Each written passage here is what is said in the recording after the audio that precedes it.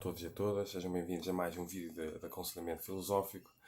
O tema que eu escolhi para hoje é sobre se temos mesmo verdadeiramente uma mente aberta. O que é isto, ter uma mente aberta? Eu quero fazer uma reflexão sobre o ceticismo, sobre o dogmatismo e uma reflexão filosófica sobre nós questionarmos, nós observarmos a nós mesmos para percebermos se temos verdadeiramente uma mente aberta ou não. Há muitas pessoas que dizem que têm uma atitude cética, por exemplo, ou que se sentem pessoas céticas, que o ceticismo pode ser visto como uma atitude de questionamento, de dúvida relativamente a dogmas, a crenças, a opiniões, a preconceitos, a questões pré-estabelecidas, ideias pré-estabelecidas, por exemplo, a convenções. Então é importante nós refletirmos sobre o que é o ceticismo e levado ao seu expoente máximo, ao seu extremo, as incongruências que pode gerar, e o dogmatismo como uma versão oposta, e levado o que é que ele consiste, e levado em última instância os problemas que podem causar. Então, do ceticismo, que consiste, por exemplo, na impossibilidade de fazer juízo de verdade, e levado ao extremo consiste na impossibilidade de fazer juízo de verdade. Portanto, bastando eu dizer o meu nome é Filipe, eu estou aqui a realizar um juízo de verdade, pensemos assim, portanto eu estou a ser incongruente porque eu afinal estou a afirmar uma verdade acerca da impossibilidade de fazer juízo de verdade. A própria verdade acerca da impossibilidade de fazer, ou o juízo acerca da impossibilidade de fazer juízo de verdade, pode ser por si só visto como uma incongruência. Portanto, o ceticismo levado ao extremo por si só pode ser profundamente incongruente, e o dogmatismo tem a questão de muitas vezes uma pessoa se apegar a verdades absolutas, acreditar na possibilidade de realizar juízo de verdade, juízo de verdade absoluta. Portanto, de um lado, tanto de um lado como do outro, pode haver uma espécie de conservadorismo intelectual em que uma pessoa precisa ter cuidado. Estão a perceber? Portanto, nós temos mesmo verdadeiramente uma mente aberta? Quando nós nos relacionamos, porque esta é a grande questão, uma questão que eu trabalho muito na minha obra. Deixa-me só ver se eu tenho aqui à mão. A minha obra Filosofia aplicada à consciência e à felicidade. Desculpa. Não tinha isto à mão. Filosofia aplicada à consciência e à felicidade. Esta é uma das questões que eu trabalho mais nesta obra, com o prefácio do Dr. Jorge Alberto Dias. A questão da hermenêutica, da psicologia hermenêutica. Como é que nós nos relacionamos com as diferenças? Com a diferença, com o contrário, com o contraditório. Quando alguém chega ao pé de nós e traz uma conversa acerca de assuntos diferentes, ideias diferentes, teorias diferentes, ideologias diferentes, coisas insólitas, inusitadas, espiritualidade, reencarnação, extraterrestre, como é que, por exemplo, ou nova teoria científica, como é que nós nos relacionamos com ela? Porque o próprio Albert Einstein, na sua teoria da relatividade, ele foi completamente ridicularizado por muitos cientistas, por autoridades científicas e intelectuais na altura. Houve uma altura em que uma jornalista, porque foram poucos, ou quase nenhum inicialmente, ele nem sequer ganhou o prémio Nobel inicialmente, com a teoria da relatividade, foi com o efeito fotoelétrico. Era muito difícil de compreender na altura, era tão inovadora a teoria da relatividade na altura que as grandes autoridades científicas e intelectuais estavam a ter muita dificuldade de compreender. Houve uma altura em que uma entrevistadora, uma jornalista, vira-se para o Sir Eddington, foi dos primeiros a conseguir compreender a teoria da relatividade de Albert Einstein, assim no sentido geral, e enquanto académico e cientista.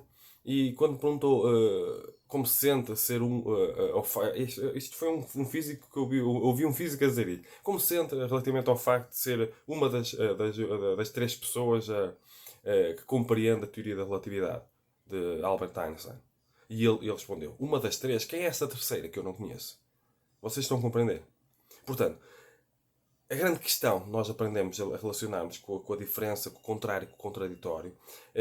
Às vezes é uma questão de filosofia do conhecimento, filosofia da relação com o conhecimento, filosofia da relação com a nossa ignorância. Como é que nós nos relacionamos com a nossa ignorância? A grande questão é, nós por vezes podemos estar dentro do futuro da humanidade. Nós às vezes podemos estar a ridicularizar, às vezes nós podemos achar que temos mente aberta, mas sempre que aparece uma nova teoria, uma nova ideia, uma nova ideologia, nós podemos considerar-nos céticos no sentido, porque o cético é aquele que procura a verdade porque acredita que ainda não encontrou, entre outras coisas. É uma espécie de atitude. O ceticismo é uma espécie de atitude filosófica. Só que nós temos que compreender, desconstruir a nossa consciência, no sentido de, quando nós estamos em contacto com algo diferente, com a alteridade intelectual, no fundo, com algo diferente, com o contrário, com o contraditório, como é que nós nos relacionamos com isso? Nós queremos ouvir a verdade, Nós temos aquele dever hermenêutico, aquela ética no sentido, no exercício interpretativo, no exercício hermenêutico, aquela ética de procurar a verdade, a objetividade, o lado positivo daquilo que nos é dito, quando, no registro da diferença ou do contrário ou do contraditório. Nós estamos abertos mesmo, nós estamos disponíveis para aprender algo novo, nós já dignificamos ontologicamente a diferença e a mudança, ou a nossa prioridade é continuar a pensar da mesma maneira? Eu já vi pessoas, por exemplo, a considerar, a colocar o rótulo de isto não tem sentido nenhum, isto é um absurdo, isto não tem lógica nenhuma. E foi saber o que é que as pessoas sabiam acerca do assunto, e as pessoas sabiam quase zero. E a reflexão filosófica que eu faço e que eu fiz já há muito tempo em cima disso é: o que é que leva uma pessoa a não saber quase nada acerca de um assunto e às vezes até a levantar bandeiras, a defender causas acerca do assunto, de pró isto, pró aquilo, contra isto, contra aquilo. Uma pessoa questiona o que é que a pessoa sabe acerca do assunto e a pessoa não sabe nada. Mas é muito contra isto ou muito contra aquilo. E às vezes ridiculariza, que é a ridicularização hermenêutica. Às vezes a pessoa não tem uma adequada relação hermenêutica com as propostas de verdade que nos aparecem à frente. Com a proposta de verdade que ela ridiculariza. Ela parte do princípio, por vezes, preconceituosamente, ou nós podemos partir do princípio, preconceituosamente, de que algo está errado, e criarmos a ilusão que apenas estamos a ter uma atitude cética. Eu devido tudo. Como a grande figura do ceticismo é Pirro. Depois, em termos de filosofia medieval, temos Diógenes Laércio, por exemplo. Do dogmatismo já ouvi falar com os pais do dogmatismo. Alguns acreditam que até foi Parménides, o pai da ontologia, digamos assim. Depois Platão pode ser visto também como uma figura dogmática, não só, mas também pode ser visto em algumas perspectivas. Aquela questão do mundo das ideias. As ideias na perspectiva da verdade absoluta estão lá, plasmadas, digamos assim. A sua teoria das ideias. Isto é tudo filosofia do conhecimento, epistemologia, entre outras coisas. Nós às vezes podemos achar que estamos a ter mente aberta e não temos mente aberta. Basta algo nos provocar um desconforto intelectual, basta algo nos mexer com o sistema de crenças e nós, alto lá, ou fugimos do assunto ou distorcemos para o tornar facilmente refutável.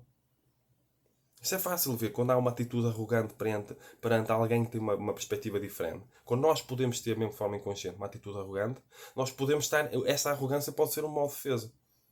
Essa arrogância pode ser um modo de defesa. Eu não quero colocar em causa o meu sistema de crenças, finjo ter uma atitude cética, mas no fundo eu só distorço os argumentos dessa pessoa porque a minha prioridade é continuar a pensar da mesma maneira. É o conservadorismo intelectual inconsciente. Não é abrir-me para uma nova ideia. Não é abrir para possibilidades, dar o benefício da dúvida. Às vezes é continuar a pensar da mesma maneira.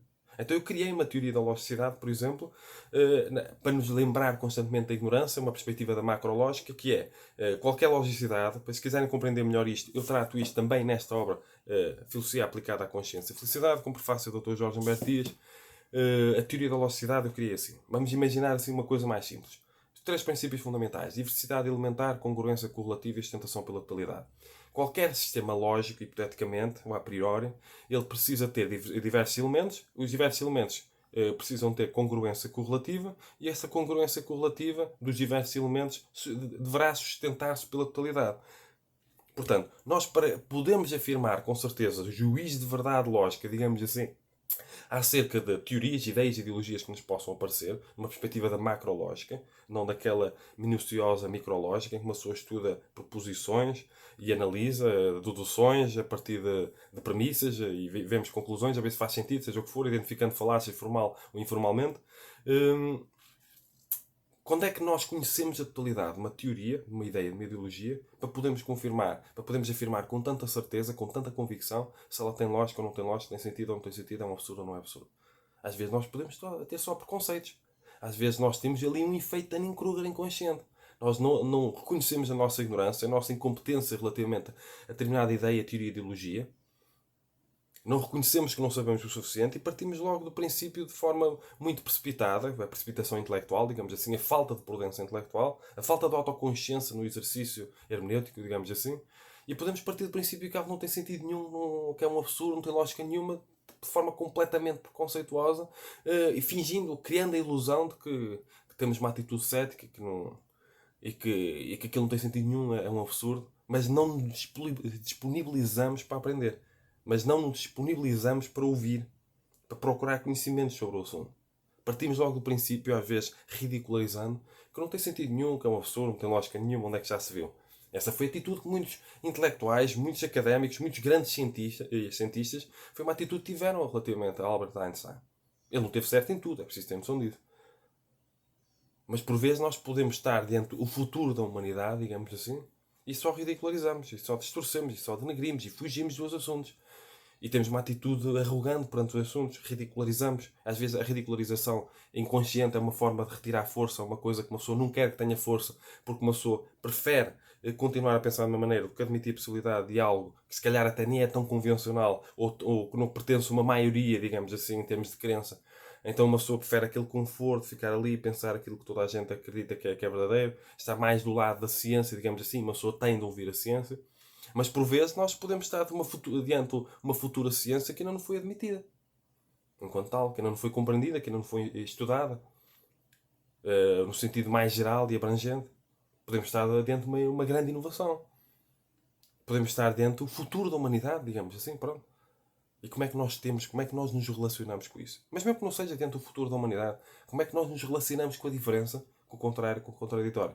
Partimos do princípio que está errado porque queremos continuar a pensar da mesma maneira? Ou abrimos-nos para ouvir, verdadeiramente? Aquela abertura consciencial. Ora bem, vamos dar o benefício da dúvida.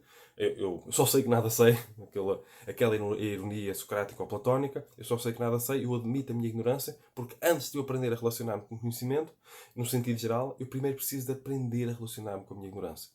Eu admitir a mim mesmo, ora bem, eu não sei nada acerca deste assunto, eu pouco ou nada sei acerca do assunto, portanto eu não vou fazer juízo de verdade e taxativamente que não tem lógica, ou juízos lógicos, digamos assim também. Juízo de verdade e juízo lógicos. Porque não é impossível, isso não tem sentido nenhum, isso é um absurdo, isso não tem lógica nenhuma. E depois uma pessoa questiona o que é que a pessoa sabe acerca do assunto e a pessoa não sabe nada. Isso são um tipo de assuntos com que eu lido desde pequeno. Eu sempre refleti acerca dessas questões. Como é que às vezes até autoridades científicas e intelectuais, digamos assim, autoridades, seja o que for, por vezes são tão preconceituosas relativamente a determinados assuntos. Muitas vezes realizando falácias do apelo à autoridade. Só que uma pessoa é autoridade acerca de um assunto ou de uma área da ciência, não significa que seja autoridade, entre aspas, acerca de outros assuntos que a pessoa nunca estudou. E pronto, fica aqui mais uma reflexão filosófica sobre a abertura consciencial. Eu falo acerca disto em muitos outros vídeos, falo acerca deste tipo de questões e de conceitos hermenêuticos e de relação com a lógica. Tudo isso na minha obra Filosofia aplicada à consciência e felicidade. Sugiro que leiam a obra em formato de papel ou digital. Eu tenho várias obras publicadas. Deixo tudo isso na descrição do vídeo. Podem ler em formato de papel ou em formato digital. Podem encomendar, por exemplo. Dou vários cursos online, totalmente online. Deixo tudo isso na descrição do vídeo. Eu sugiro que subscrevam o canal, comentem, partilhem, ponham like para ajudar a dar sustentabilidade e crescimento ao canal. Se acharem que este vídeo possa ser importante para alguém, ajudem a partilhar, ajudem a divulgar, ajudem a chegar a este tipo de reflexões a mais pessoas. Porque há pessoas muito dogmáticas, digamos assim, presas na própria consciência, com conservadorismo intelectual inconsciente e não saem dali e vivem ali um círculo vicioso da infelicidade. Não se abrem para novas ideias, novas teorias, novas ideologias e ficam paradas no tempo, digamos assim. Às vezes as pessoas precisam mesmo de filosofia. Eu sou ativista filosófico, eu sou ativista para uma pedagogia da felicidade. Se quiserem, por exemplo, contribuir para a sustentabilidade e crescimento do canal, ou até para este meu lado ativista, podem fazer doações por MBWay ou pelo IBAN. Eu deixo tudo isto na descrição do vídeo. Sigam-me no resto, nas outras redes sociais. Reflitam sobre essas questões, pesquisem dogmatismo, ceticismo. Aprendam a procurar. Temos de aprender a procurar, não só a aceitar, aprender a relacionar assim por si só quando vem ter connosco, mas a procurar o contrário, o diferente, o contraditório, para aprendermos coisas novas, dando mesmo profundamente o benefício da dúvida e procurando ter uma atitude humilde perante o conhecimento, perante a nossa ignorância. Portanto, sejam felizes, subscrevam o canal, ajudem a divulgar este trabalho, sejam felizes e cumprimentos filosóficos.